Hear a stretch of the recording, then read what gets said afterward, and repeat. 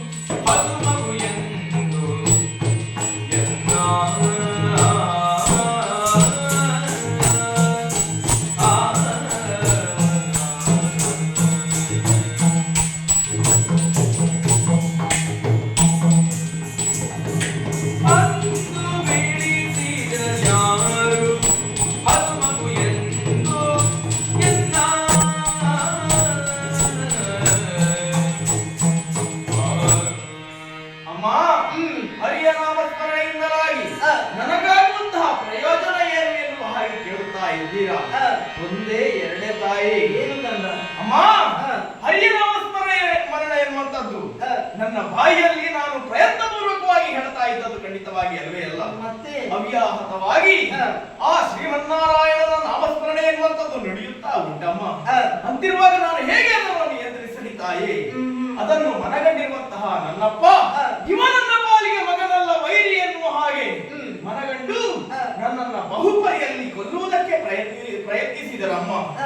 ಸಣ್ಣ ಎನ್ನುವಂತಹ ಮಮಕಾರವನ್ನು ತೊರೆದು ನನ್ನನ್ನು ಕೊಲ್ಲುವುದಕ್ಕೆ ಪ್ರಯತ್ನಿಸಿದವರಿದ್ದಾರೆ.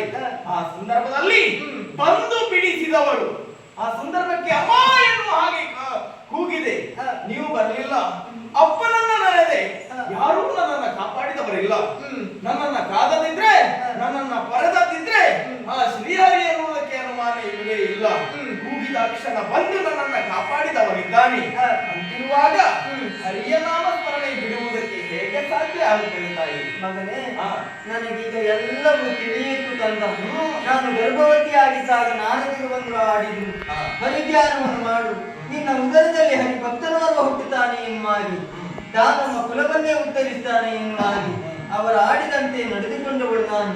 ಆ ಕಾರಣಕ್ಕಾಗಿ ನೀನು ಹರಿ ಭಕ್ತರಾಗಿದ್ದೀಯ, ಹರಿದಾಸನಾಗಿದ್ದೀಯ, ಹರಿಯ ನಾಮಸ್ಮರಣೆಯನ್ನೇ ಮಾಡ್ತಾ ಇದ್ದೀಯ. ಇದು ನಿನಗೆ ಯಾರು ಹೇಳಿಕೊಟ್ಟದ್ದಲ್ಲ, ನಿನಗೂ ತಿಳಿಯದೆ ರೀತಿಯಲ್ಲಿ ನಿನ್ನ ನಾಲಿಗೆಯಲ್ಲಿ ವಿಚಾರವಾಗ್ತಾ ಉಂಟು ಅಂತಾದ್ರೆ ಇದೆಲ್ಲವ ಹರಿಯ ಸಂಕಲ್ಪ ಕಂದ. ಹರಿಯ ಸಂಕಲ್ಪವನ್ನು ಮೀರುವುದಕ್ಕೆ ಯಾರಿಂದ ತಾನೇ ಸಾಧ್ಯ? ಆದ್ರೆ ನಿನ್ನ ತಾಯಿಯ ಪರಿಸ್ಥಿತಿ ಏನಾಗಿ ಹೋಯಿತು? ಏನಮ್ಮ? ನಿನ್ನ ತಂದೆಯವರು ಹೇಳಿದ್ದಾರೆ, ಮಗನ ಬಾಯಲ್ಲಿ ಹರಿನಾಮಸ್ಮರಣೆಯನ್ನು ನಿಲ್ಲಿಸಬೇಕು, ಹರನನ್ನು ವಹಿಸುವುದಕ್ಕೆ ಹೇಳಬೇಕು ಎನ್ನುವಾಗಿ. ಆದ್ರೆ ನೀನಿಂದು ಕೇಳುವವನಲ್ಲ, ನಿನ್ನ ತಂದೆಯ ಮಾತನ್ನೂ ಕೇಳುವುದಿಲ್ಲ. ನೀನು ಈ ರೀತಿಯಲ್ಲಿ ಹರಿಧ್ಯಾನವನ್ನು ಮಾಡ್ತಾ ಇದ್ದೀಯ.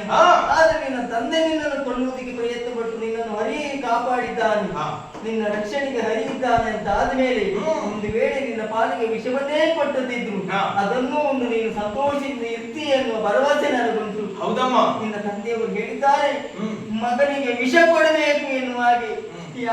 ಯಾವ ತಾಯಿಯು ಮಾಡದೆ ಇರುವಂತ ಕಾರ್ಯವನ್ನು ಈ ತಾಯಿ ಮಾಡ್ತಾ ಇದ್ದೇನೆ, ಬೇಸರ ಪಡಬೇಡ, ನಿನಗೇನಾಗುವುದಿಲ್ಲ ಎನ್ನುವ ಭರವಸೆ ನನಗುಂಟು. ನಿಷ್ಕಲ್ಮಶ ಹೃದಯಿಯಾಗಿರುವಂತಹ ಮಾತೆ ನಿಮ್ಮ ಕೈಯಿಂದ ಹಾಲನ್ನು ಸ್ವೀಕರಿಸಿ ಅದರಲ್ಲಿ ವಿಷ ಇದ್ದರೂ ಸಹ ಶ್ರೀಹರಿಯ ಅನುಗ್ರಹದಿಂದ ಅದು ಅಮೃತವಾಗಿ ಪರಿವರ್ತಿಸಬಹುದು. ನೀಡಿ ಅಮ್ಮ, ನಾನು ಕುಡಿಯುತ್ತೇನೆ. ಭಾಗ್ಯವ ಕೊಟ್ಟಿಗರತಿ